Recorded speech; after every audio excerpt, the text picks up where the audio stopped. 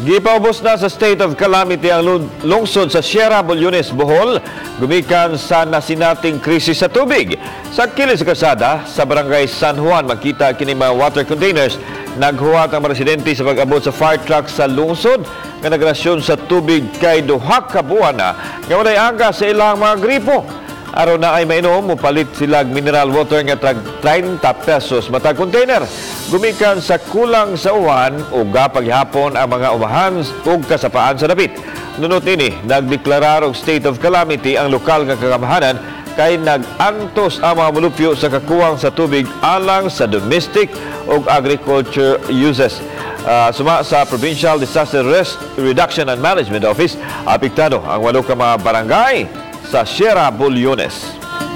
Lisod kayo lang mo palit og mineral water imnon og kanang sa isabaw niya manglaba mi anas tabay ra.